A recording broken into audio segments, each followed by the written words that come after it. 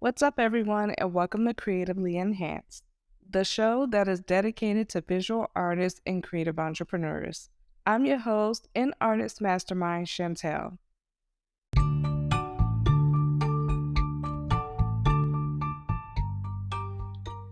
Whimsical, happy, and joyful. Those are the words that describes my guest today, Jules Gissler, on how she became an artist, her story on florals, painting women, pets, decadent desserts, you name it, she's done it. She's been pretty much across the nation, from New York to Atlanta, and she has such an air of expertise and wisdom on how she got started in the game by taking risks and just going for it despite divorce, despite being a mother, she still did it. And I just want to read a quick bio of her. Jules Gissler is a visual artist living in Phoenix, Arizona. She is known for her whimsical mixed media art that depicts beloved animals, feminine figures, florals, decadent desserts, and abstracts. Her work combines liberal use of acrylic with ink, hand-torn collage, sequins, and watercolors with colored pencils, among with other mediums. Jules uses a playful style to convey a message of connection and joy in all things that she creates. Jules' work has been displayed at the Phoenix Sky Harbor International Airport and the Phoenix Good Samaritan Medical Center. It can also be found in her private collections across the country. So, guys, sit back and relax and take in all the happiness of Jules Gissler.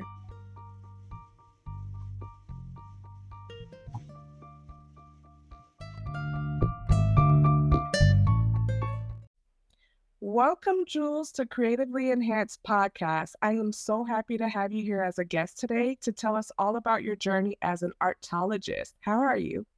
I am great, Chantel. Thank you so much for having me. You're welcome. And before we jump into the interview, I want to start with an icebreaker question.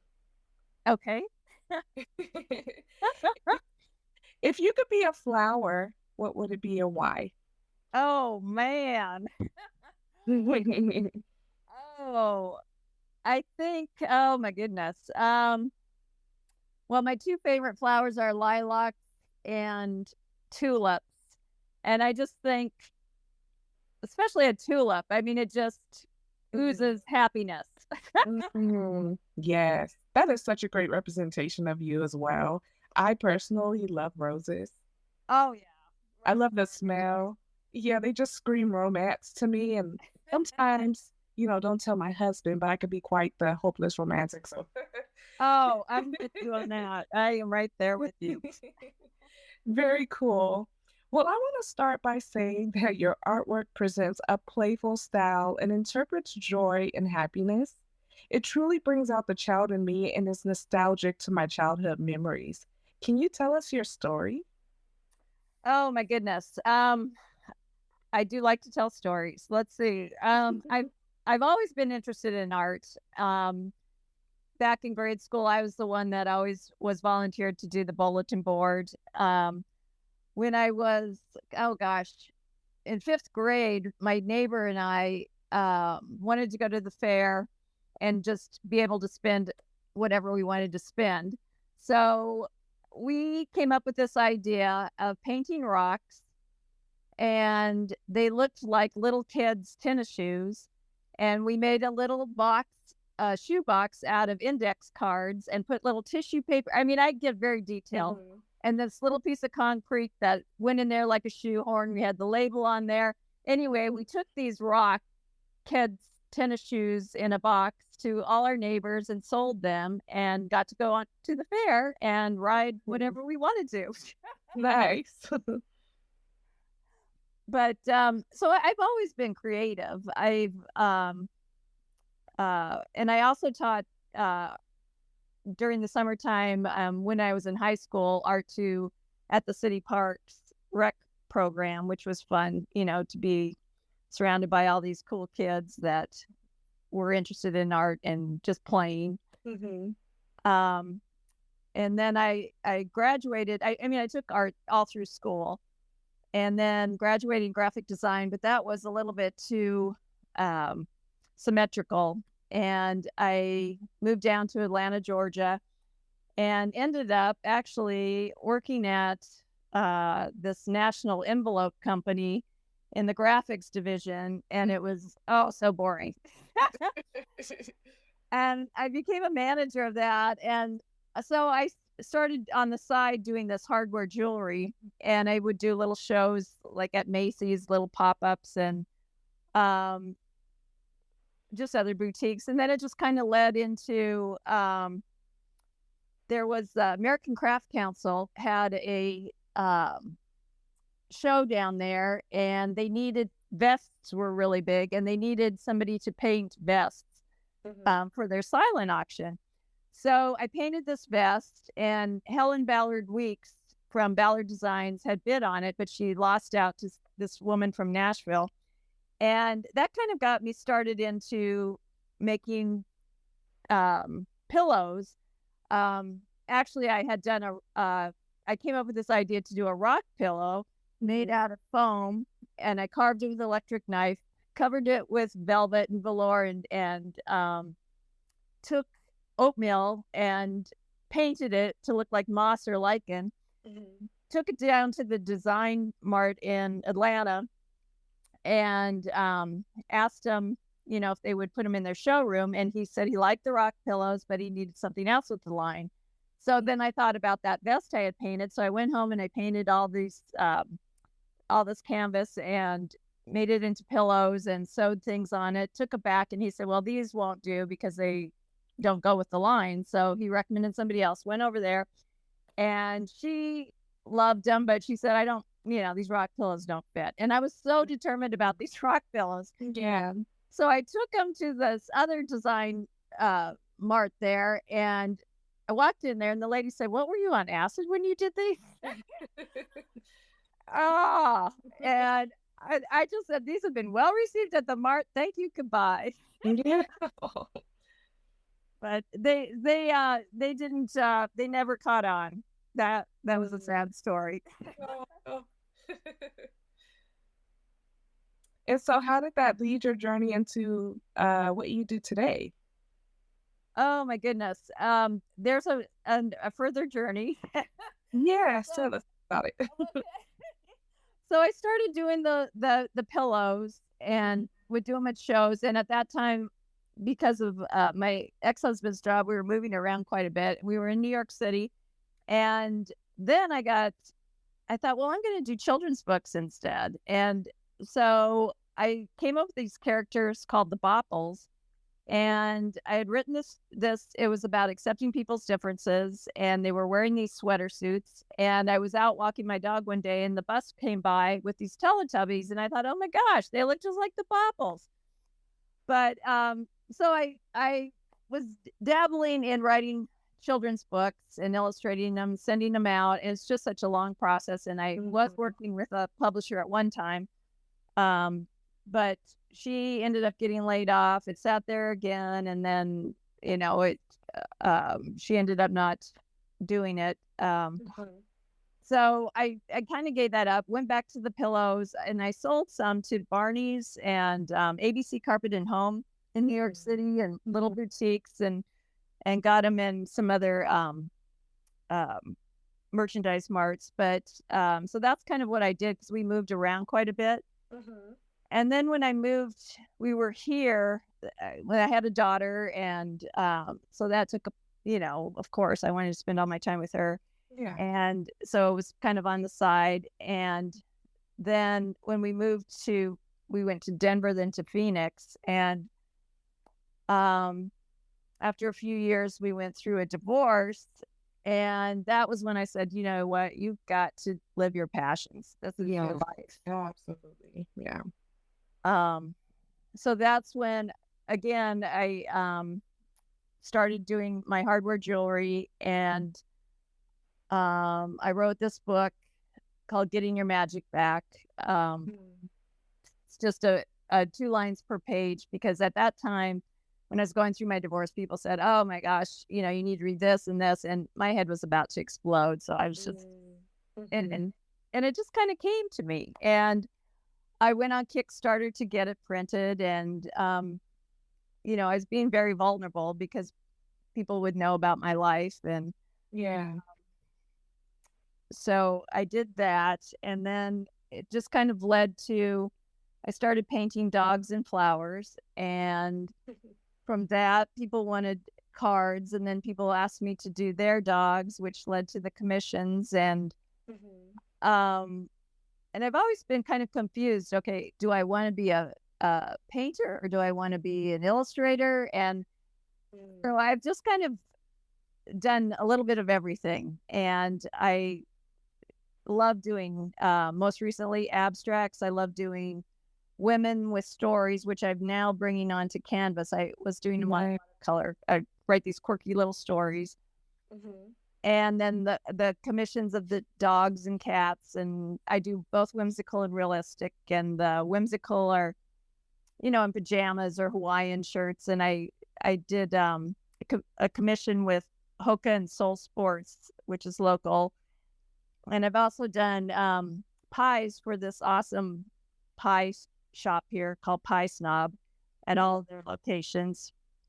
And I have something really exciting that is happening soon.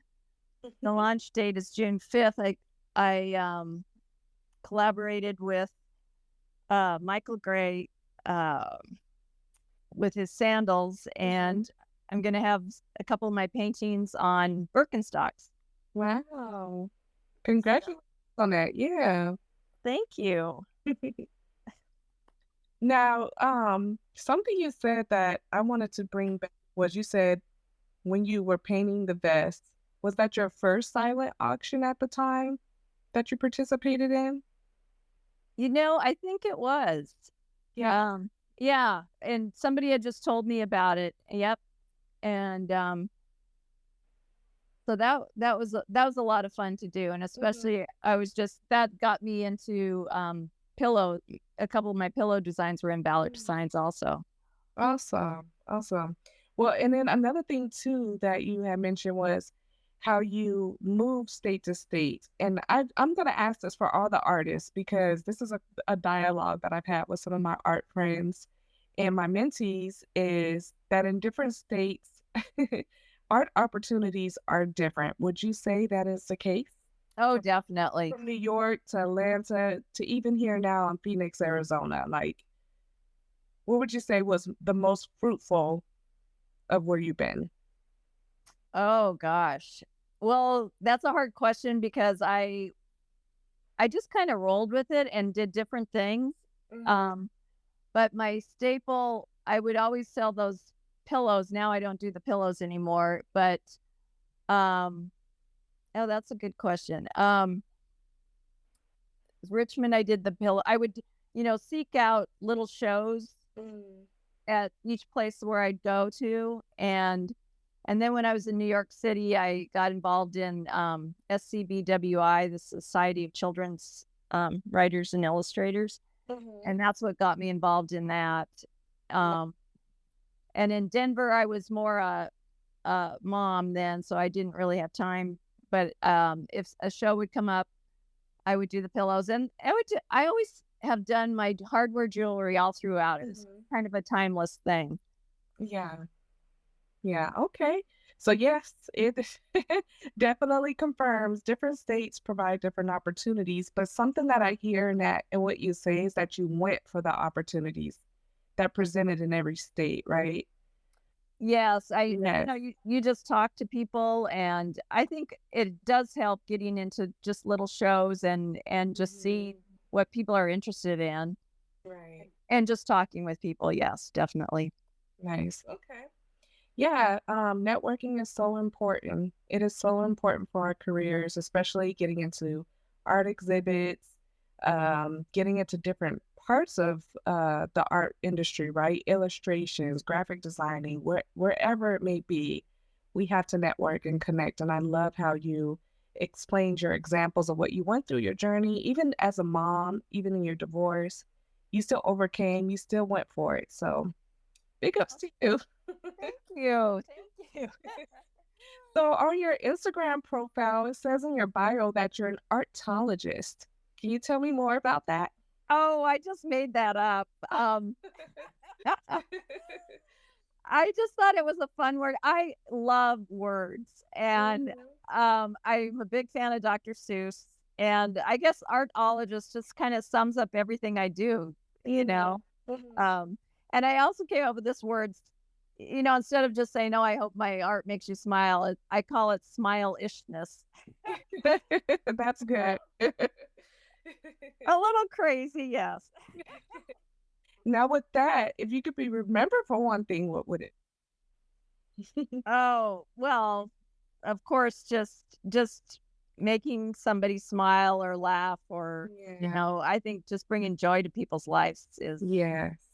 awesome. Yeah. And you definitely do that with your work. You give your feelings, your thoughts, and how you want people to feel. You definitely portray that in your artwork. Um, I appreciate that. yeah, of course. Now, during your art career, what is the most important thing that you've learned? Oh, I think I live by the words, "Why not?" I think, Mm. you just have all these opportunities coming at you, and sometimes you don't know where they're gonna lead, and Mhm. so just taking advantage of everything, even if you're like, "Nah, maybe I should," just do it, you know? Right. Yeah, yeah, exactly. Now for all the mommies out there, even myself, I have 3 kids, I'm married, and sometimes my responsibilities here with my family can not be a hindrance, but it can slow you down in getting into the art scene. Do you have any advice for anyone who's in that position and how they can overcome those hurdles of being a mother and a wife and also pursuing the dream as an artist? Oh, yeah. Well, hopefully your partner is very supportive. I know that, Oh, like, on absolutely. Saturdays. Yeah. Yeah, Saturdays was always kind of my day to do things, and, you know, getting up early or staying up late, but you do need your sleep. Yeah.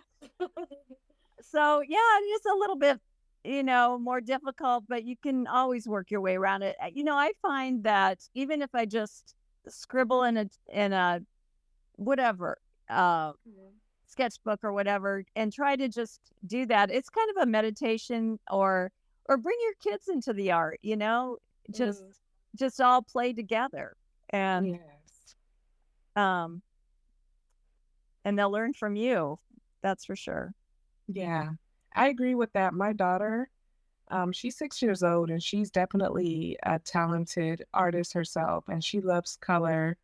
I'll have to send you some of her work, but she loves colors, rainbows, butterflies, flowers, and her work is so vibrant. And I definitely need to cultivate that more in her. So thank you for that. That inspired me to do more with her. So thank you for sharing Oh, I that. love that. Um one time, just a quick little note, Mhm, my daughter wanted to get a camera because we were going to Montana, where I'm from, over the summer, and so I said, "You know what?" Um, because she was into making bottle cap necklaces. I said, "Well, let's, do it at take it to school and see if any kids want to buy it." And then we put flyers in the neighbors' mailboxes, and she earned that money to get that camera. So it was like she was mhm. creative, um and found her had found her joy there Yeah. and got a camera. Yes. Okay. Now, uh, something else too that I wanted to go back on when you were telling me your story was how you got into so many like big time, big name companies. How did that process look? How did you find those companies like Ballard Designs, for example? I mean, how did you, you know what I mean? Like, what was Right. the process? Because currently I have some licensed contracts with like hospitality firms and different licensed companies that I can't say, but Right. I know there's a process to it. That does the What does the process look like for you from clothing and products and print on demand? Oh gosh. Well, like with Ballard Designs, it just happened because I had done that vest, and I thought, well, I might as well just call on her. So Mm. I I called her and set up an appointment and showed her my pillows, and she was interested in them, and she knew she had to fit on the vest. Let's see, I how else did I get in? Let's see, in New York City again, I just would call on the people. ABC Carpet and Home, that was amazing. And I know sometimes it's difficult to get in touch. Yeah.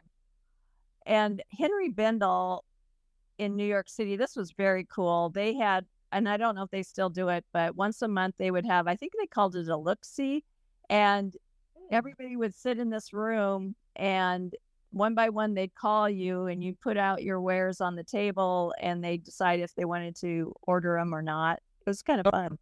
That is cool. I wish I had stuff like that. Yeah, yeah.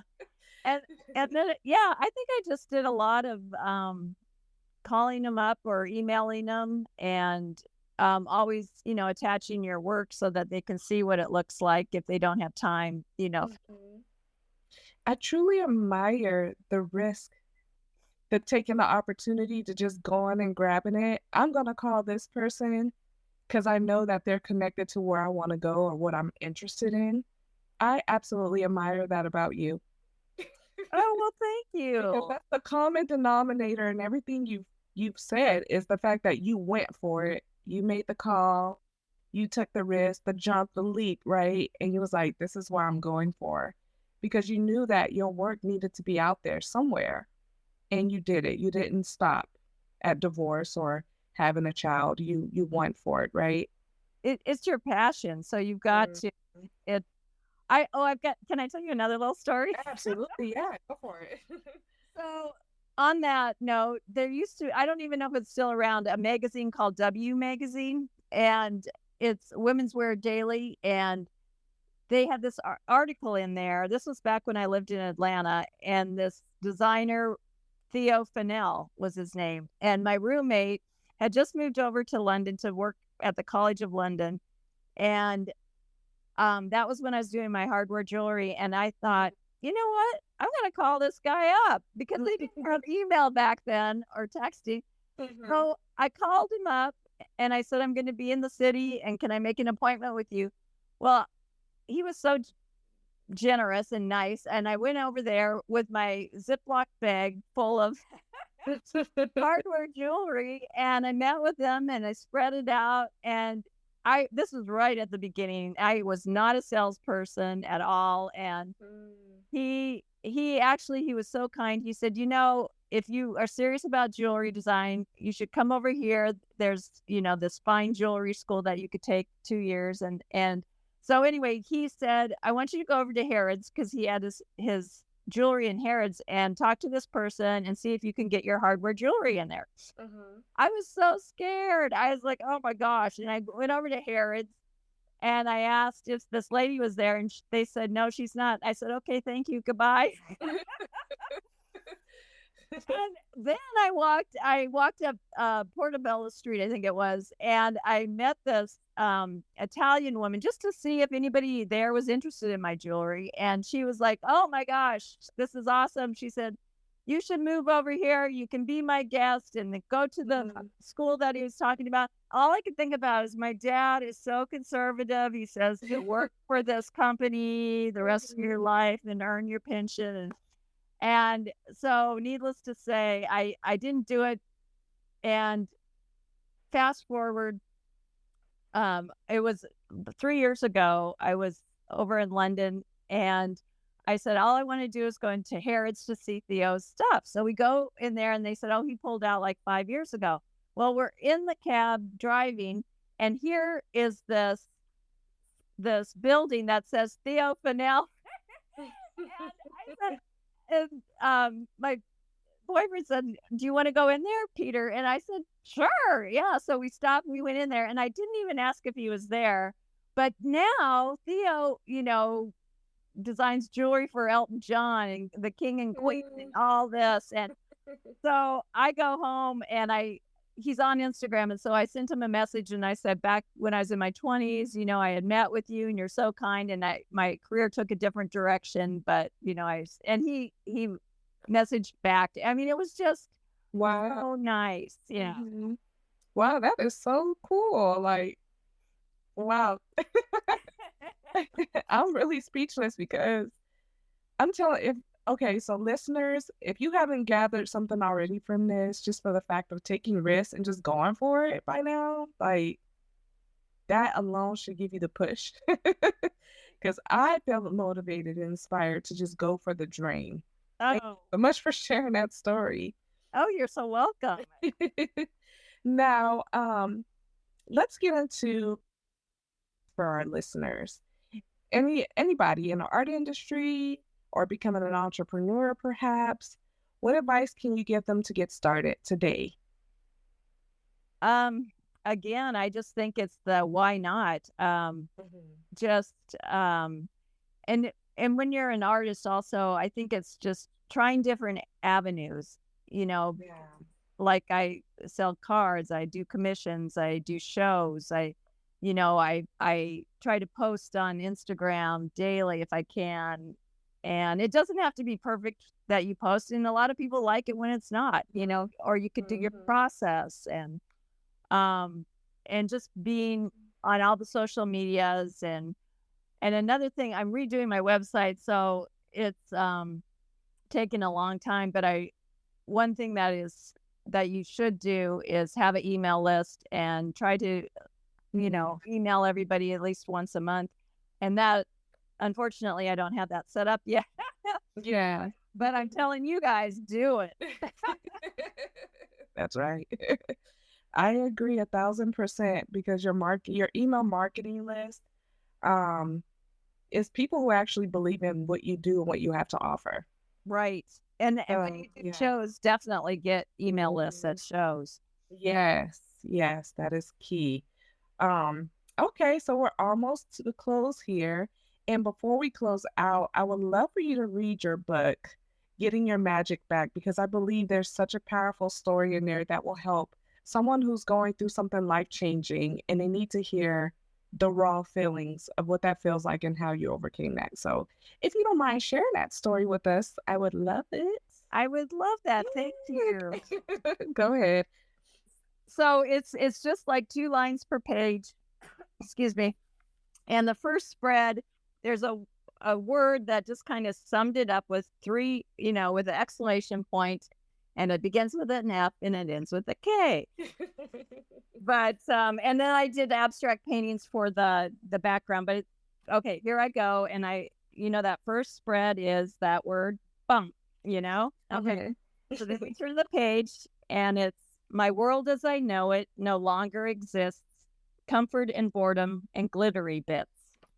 Head popping, mind blowing, soul wrenching pain captured my body. Nothing is tame. Long run support groups and venting to friends. A thick fog is swelling. When will it end? Match dating, speed dating. What am I doing? Distracting, yes, but who am I fooling? My rent has gone up. I'm just getting by. Existing on air. Of course, my car died. I've sold things, I've bartered and narrowed my life. I've taken odd jobs just to lessen the strife. Stop, breathe. I must focus on me. What is my life? What does it mean to me? I turn toward my passions, sleeping deep in my soul. Wake up, I need you. We are changing my role. Paint and humor and hardware jewels. I'm living my heart. Screw all the rules. Being it, breathing it, making it mine. Jules is Jules. I just needed time. My spirit is soaring. My new life's unfolding. My foggy head blocked life finally eroding. My yellow brick road is wavy, no doubt. Some bricks trip me up, but it's a heart stirring route. I'll continue to push forward and listen to my gut. Persistence, patience, and humor. There is no time for but. Mhm. My words for you are simple. If your world should somehow crack, your heart knows what your dreams are. Give them life and get your magic back.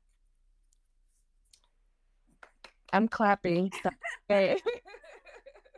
Thank you for sharing your story with the world. Thank you so much. Oh, Uh, thank you, Chantel. so, what's next for you?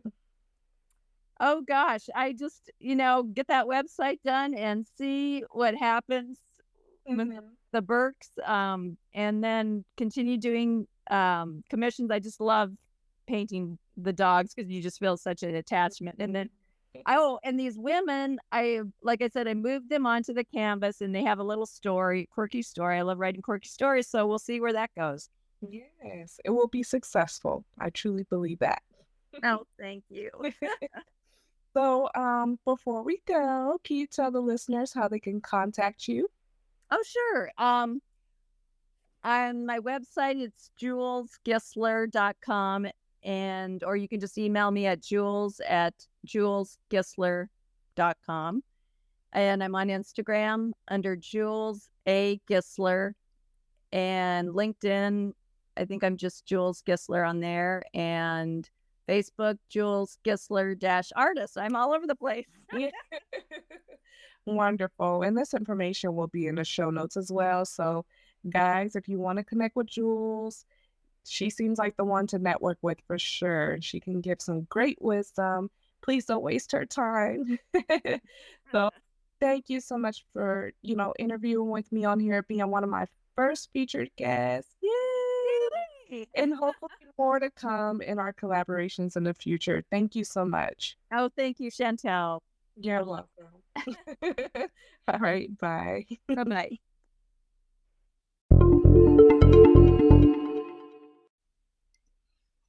Thank you for tuning in today to listen to the story of Jules Gessler. She is the artologist, a creative in many different areas in the field, from illustrations, being an author. She even has a t-shirt line that you should check out. If you have any inquiries and want to connect with Jules, check out the show notes. You can reach out to her directly through her Instagram or email her through her website, and I'm pretty sure she'll be open to assist you.